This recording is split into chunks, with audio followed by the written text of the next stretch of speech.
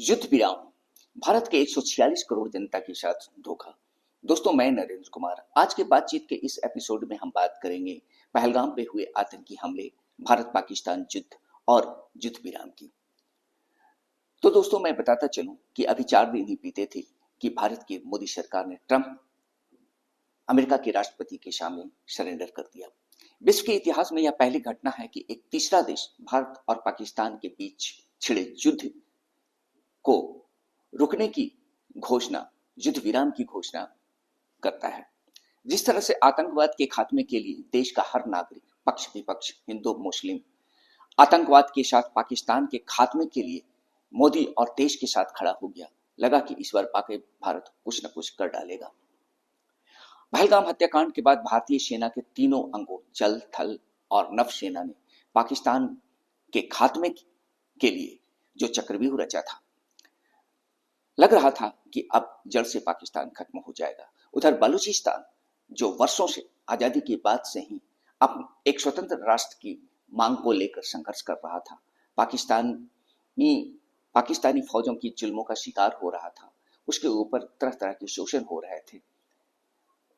वो भी उम्मीद कर रहा था कि भारत के इस हमले से पाकिस्तान कमजोर होगा और बलूचिस्तान, जो एक छोर से संघर्ष कर रहा है, भारत के ऊपर स्ट्राइक भी कर रहा है और लंबी लड़ाई लड़ रहा है, वो भी उम्मीद कर रहा था कि वो स्वतंत्र होगा और भारत और विश्व के मानचित्र पर वो एक स्वतंत्र राष्ट्र के रूप में उभर कर सामने आएगा। लेकिन ऐसा नहीं हो सका। बलूचिस्तान और हिंदुस्तान के लोगों का सपना बेकार चला गया। अटैक हुआ है नूर खान बेस पे।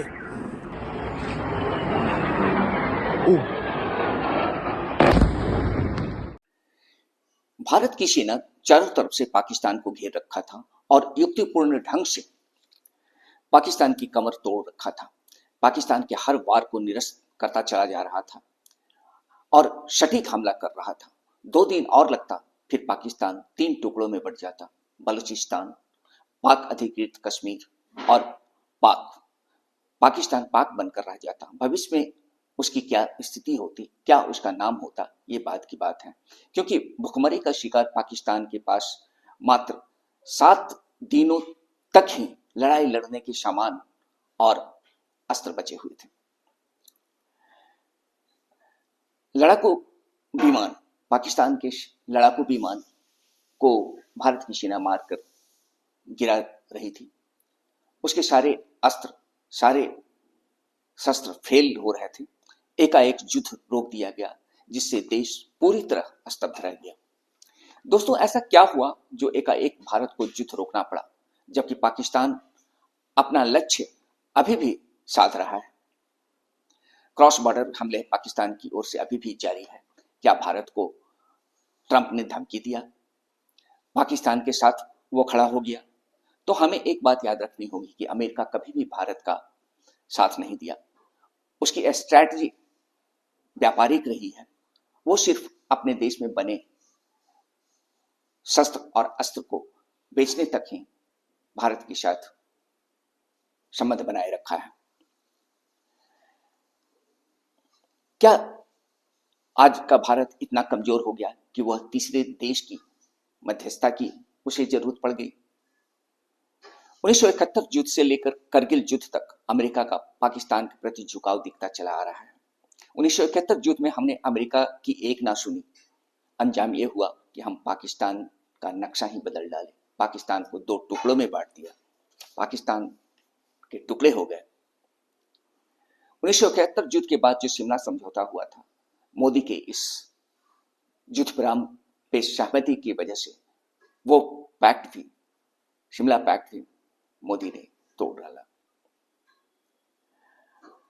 अमेरिका के झांसे में आकर भारत इतने बड़े पैक्ट को नजरअंदाज किया। भारत जीत की दहलीज पर खड़ा था। जियोपॉलिटिकल एक्सपर्ट ब्रह्म चेलानी ने कहा, जीत के मुंह से हार को छीनना एक दोहराव वाला पैटर्न बन गया है। यही कारण है कि भारत इतिहास को दोहराता रहता है। हम इतिहास से कुछ सीखते नहीं, इसलिए इतिहास बार बार रिपीट होता है और हम ज्यों कहते हो उसी स्थिति में खड़े हो जाते हैं।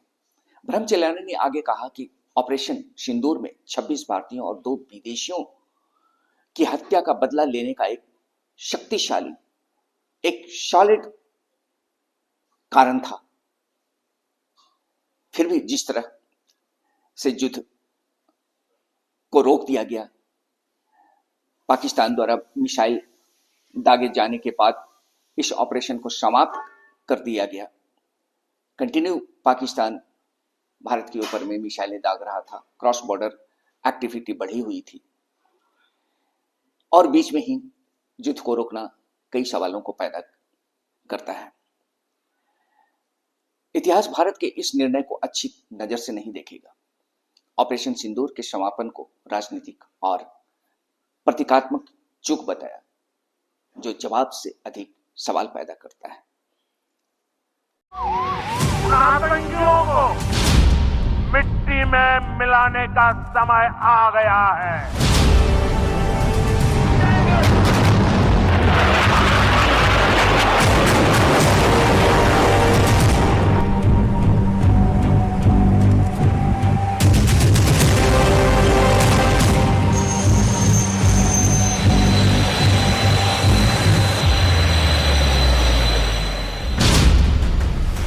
जम्मू कश्मीर के पहलगाम में 22 अप्रैल को हुए आतंकवादी हमले से शुरू हुआ तनाव 10 मई को संघर्ष विराम की घोषणा पर आकर खत्म हो गया।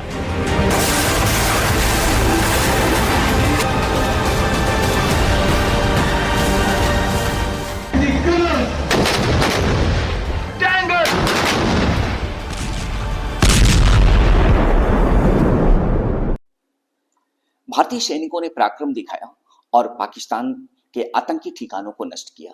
पाकिस्तान के कई एयरबेस को डैमेज कर दिया। पाकिस्तान त्राही त्राही करने लग गया और एकाएक राजनीतिक निर्णयों की वजह से सेना को पीछे हटना पड़ा। अब यदि इस छोटे युद्ध में हार जीत की बात करें तो एक रेफरी की हैसियत से मैं ये समझता हूं कि भारत ने अपना जीता हुआ युद्ध गंवा दिया, हार गया और ऐसा मूर्ख राजनयिकों और सत्ता पे बैठे लोगों के गलत नीतियों की वजह से हुआ।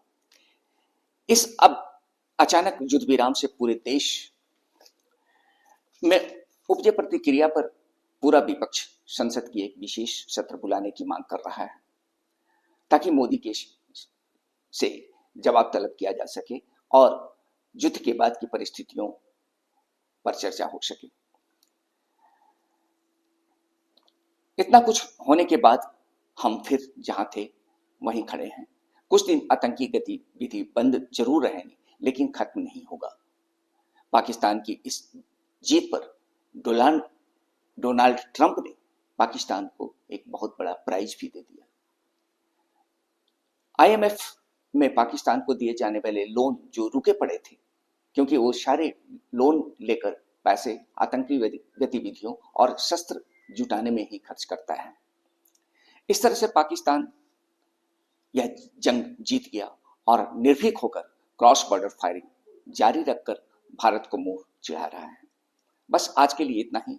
हर भारतीय को अब निर्णय लेना होगा कि सत्ता पर बैठे लोगों के गलत नीतियों का विरोध करें, क्योंकि इस तरह की हरकतों से हर बार देश के नागरिकों को ही अंजाम भुगतना पड़ता है। धन्यवाद। स्वस्थ रहिए, सेफ रहिए।